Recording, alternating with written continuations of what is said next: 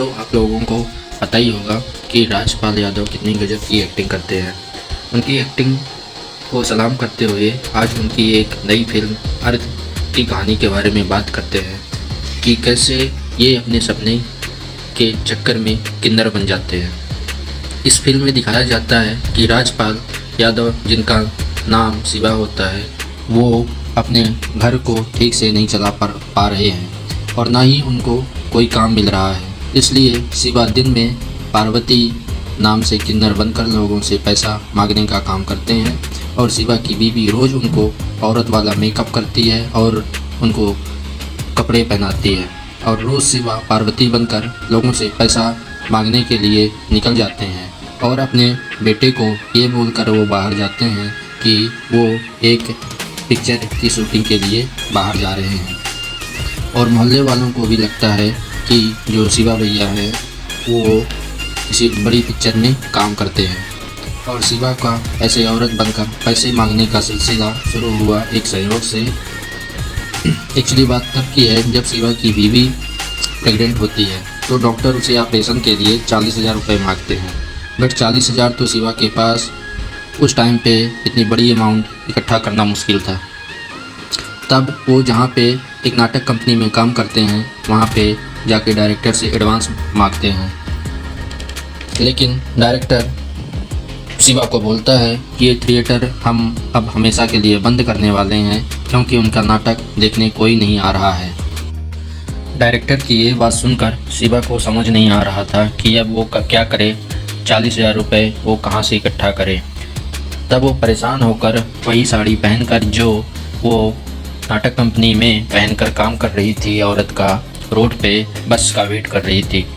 तभी उसके पास एक लड़का आता है और उसको कुछ पैसे देता है और बोलता है कि आज वो इंटरव्यू के लिए जा रहा है, उसके लिए दुआ करना। तब शिवा को पहले कुछ समझ नहीं आया, लेकिन एक टाइम के बाद उसको सब समझ आ गया कि उसको किन्नर समझ के पैसे दिए गए हैं।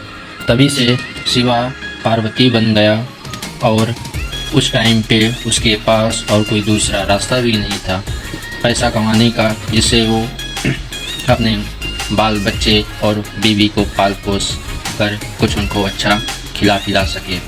अब किन्नर पैसे मांगता तो था इधर उधर, कहीं पे पैसे मिलते थे, कहीं पे पैसे नहीं मिलते थे और टाइम पे वो ऑडिशन के लिए भी जाता रहता था। दूसरी तरफ उसकी पत्नी और बच्चे को पालना थोड़ा मुश्किल हो रहा था, तो शिवा क्या करता था कि छोटे मोटे काम इधर उधर कर दिया करता था।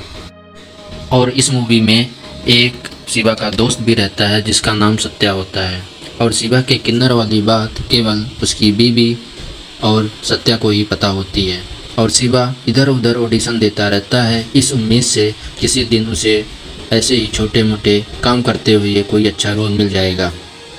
इधर शिवा के बेटे को भी स्कूल से निकाल दिया जाता है क्योंकि कुछ महीने से उसकी फ़ीस नहीं गई होती है। तब शिवा सत्या से कुछ पैसे उधार में लेता है ताकि उसके बेटे को स्कूल में फिर से एडमिशन दिला सके। एक दिन अचानक जब सत्या रोड पे पैसे मांग रहा था किन्नर बन के, तो उसको एक कास्टिंग डायरेक्टर का कॉल आता है और शिवा को तुरंत मिलने के लिए बुलाता है। बहुत ज़्यादा एक्साइटमेंट होकर उस कास्टिंग डायरेक्टर से मिलने शिवा निकल जाता है और वह खुशी से पागल हो रहा होता है कि उसको फाइनली कहीं से कॉल आई है। शिवा की खुशी तब दुगनी हो गई जब डायरेक्टर शिवा के साथ तुरंत कॉन्ट्रैक्ट करने को कहता है। शिवा को लगता है कि अब उसकी ज़िंदगी पूरी तरह से बदल जाएगी और पत्नी और बेटे को एक अच्छी ज़िंदगी दे पाएगा। तब तक कॉन्ट्रैक्ट पेपर तैयार हो ही रहे होते हैं कि तभी कास्टिंग डायरेक्टर के पास प्रोड्यूसर का फ़ोन आता है और फ़ोन करने के बाद कास्टिंग डायरेक्टर शिवा को बताता है कि वह शिवा को इस मूवी में नहीं ले पाएगा क्योंकि प्रोड्यूसर चाहता है कि उसका बेटा इस मूवी में एज ए एक्टर काम करे। शिवा उस कास्टिंग डायरेक्टर से विनती करता है, गिड़गिड़ाता है, उसके पैर पकड़ता है, लेकिन शिवा इस मूवी में कोई काम नहीं कर पाया बिकॉज ऑफ नेपोटिज्म।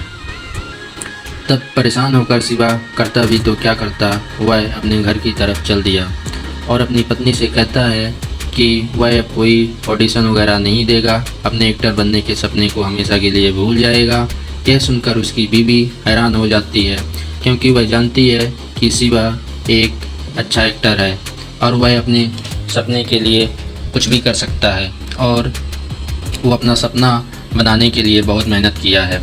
उसकी बीवी शिवा को समझाती है कि वह 2-4 घर और नए पकड़ लेगी काम करने के लिए, लेकिन तुम ऑडिशन देना बंद मत करो। बीवी के समझाने के बाद शिवा बोलता है कि चलो देखते हैं कब तक ऐसा चलता है।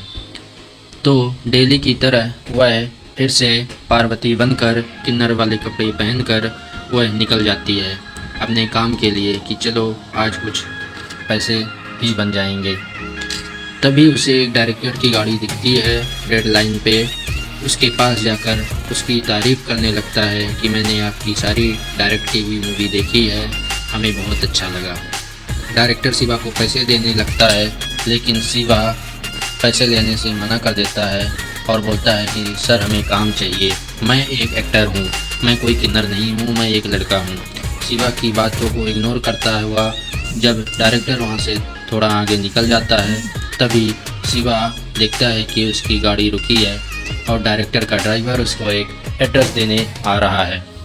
एक्चुअली उस एड्रेस पेपर में उस डायरेक्टर के स्टूडियो का एड्रेस होता है। शिवा बहुत खुश होता है और घर जाकर सत्या और अपनी बीवी को इसके बारे में बताता है।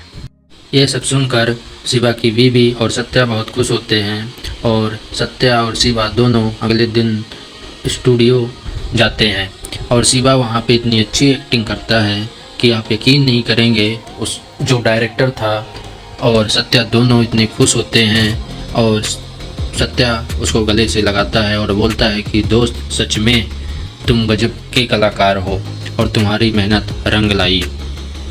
तभी अचानक शिवा की नींद खुल जाती है और वो देखता है कि वह तो अभी भी किन्नर ही बना हुआ है। तो अब आप लोगों को तो समझ में आ ही गया होगा कि शिवा किसी डायरेक्टर के पास कोई ऑडिशन देने नहीं गया था, वो तो बस सो रहा था। अचानक उसकी नींद खुली तो उसको पता चला कि वो तो अभी भी पार्वती ही बना हुआ है। अब शिवा करता तो क्या करता, वो डेली की तरह पार्वती बनकर घर से निकल जाता और पैसे मांगने लगता इधर उधर। घर चलाने के लिए उसको कुछ और इधर उधर छोटे बड़े काम करने पड़ते थे। इस मूवी में एक्चुअली दिखाया क्या गया है कि मुंबई को सपने का शहर कहते हैं। यहाँ पे बहुत सारे लोग आते हैं अपने सपने साकार करने के लिए, लेकिन इन बहुत सारे लोगों में कुछ ही लोगों का जो सपना है साकार हो पाता है, और जिनका सपना साकार नहीं हो पाता वो शिवा की तरह पार्वती बन जाते हैं या फिर इधर उधर घूम फिर के अपना गुजर बसर करते हैं। ये अर्ध मूवी एकदम हकीकत को बताती है कि एक्चुअली स्ट्रगलर के साथ आज की दुनिया में हो क्या रहा है। तो चलिए, ये थी एक्चुअली स्टोरी अर्ध मूवी की। आशा करता हूँ कि आप सबको पसंद आया होगा। Please like and subscribe the our channel. Thank you.